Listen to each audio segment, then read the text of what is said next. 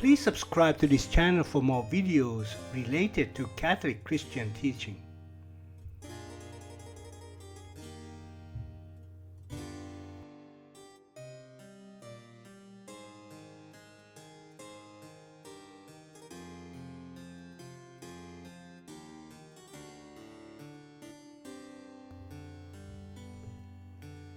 According to the view of Peter Abelard, original sin does not consist in the reatus poenae aeternae, namely the punishment that the descendants of Adam suffer because of their ancestor.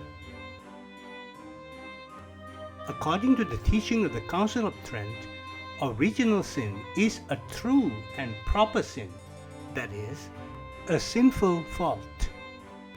St. Paul speaks of a real sin. All have sinned.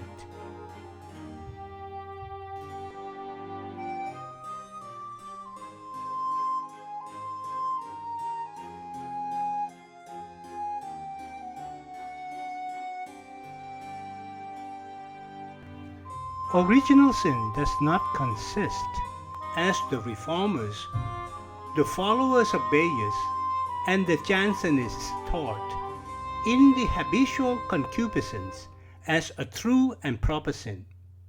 The Council of Trent teaches that through baptism everything is taken away which is a true and proper sin, and that the concupiscence which remains behind after baptism for the moral proving is called sin in an improper sense only.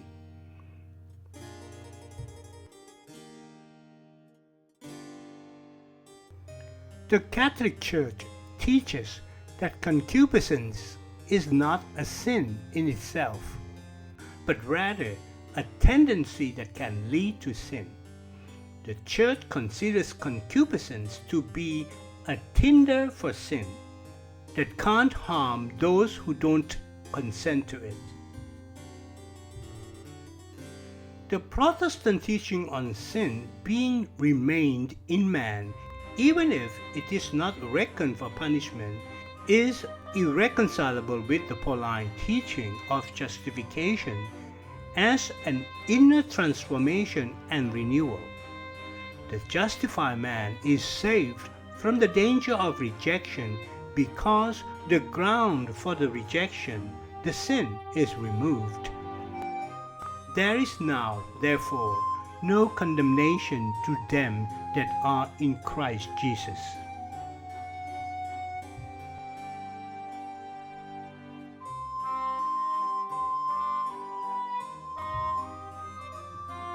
As concupiscence, in a consequence of the composition of human nature out of the body and spirit, would be present as natural evil, even in the pure state of nature, it cannot be sinful in itself, for God has created everything good.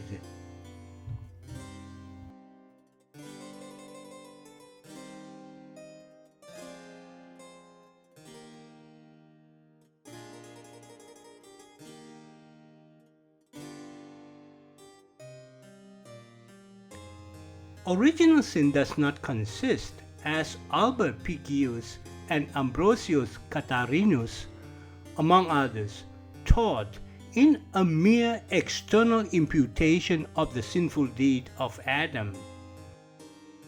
According to the teaching of the Council of Trent, Adam's sin is transmitted by propagation, not by imitation, and is in all men, proper to each. They contract unrighteousness as their own.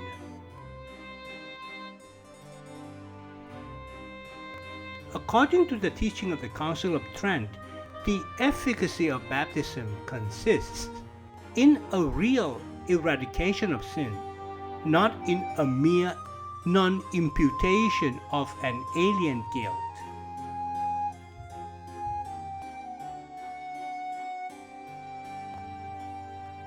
The doctrine of imputation refers to the idea that God credits a person with the righteousness of Jesus Christ, while also attributing their sins to Christ.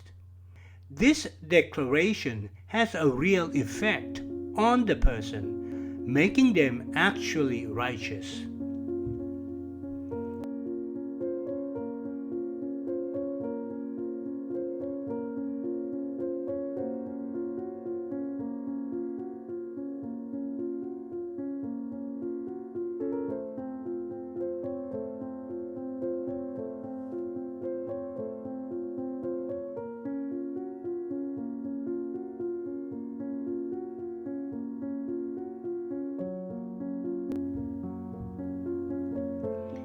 The Council of Trent defined original sin as the death of the soul.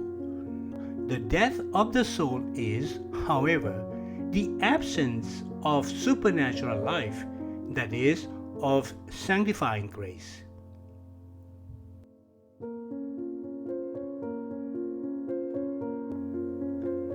In baptism, original sin is eradicated through the infusion of sanctifying grace. It follows from this that original sin is a condition of being deprived of grace. As the justice bestowed by Christ consists formally in sanctifying grace, so the sin inherited from Adam consists formally in the lack of sanctifying grace.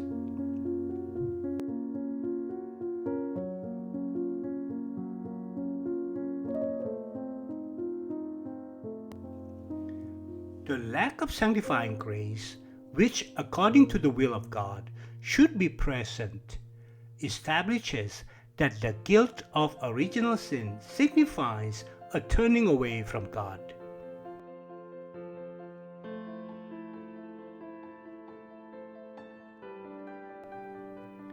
As the ratio voluntarii, that is, the free incurring of guilt, belongs to the concept of formal sin, and as a young child cannot perform a personal voluntary act, in original sin, the factor of spontaneity must be explained from its connection with Adam's deed of sin.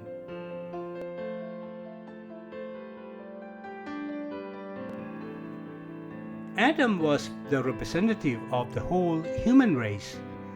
On his voluntary decision depended the preservation or the loss of the supernatural endowment, which was a gift not to him personally, but to human nature as such. His transgression was, therefore, the transgression of the whole human race. Pope St. Pius V rejected the assertion of Bayes that original sin had the character of sin in itself without any reference to the will from which it sprung.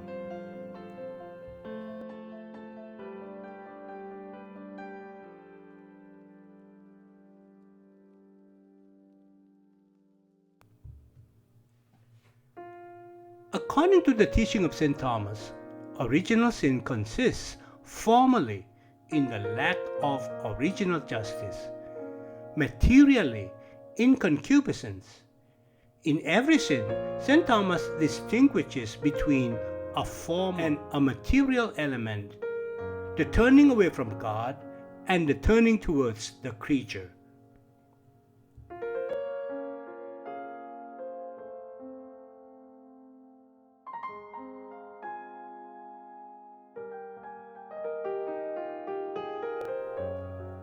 As the turning towards the creature manifests itself above all in evil desire, St. Thomas with St. Augustine sees in concupiscence, which itself is a consequence of original sin, the material element of original sin. Original sin is indeed concupiscence materially, but formally it is the defect of original justice.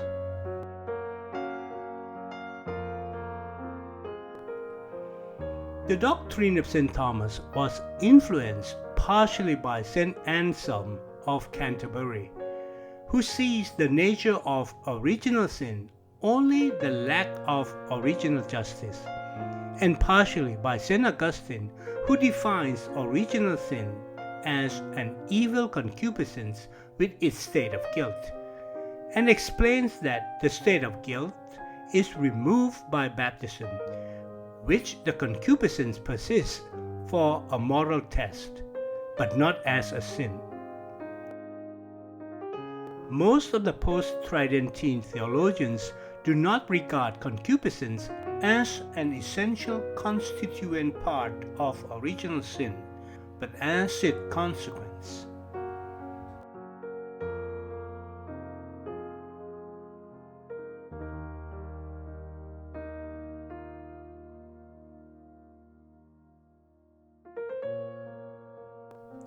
Please go to YouTube Retirement channel, playlist, Divine Act of Creation for the complete series of these materials.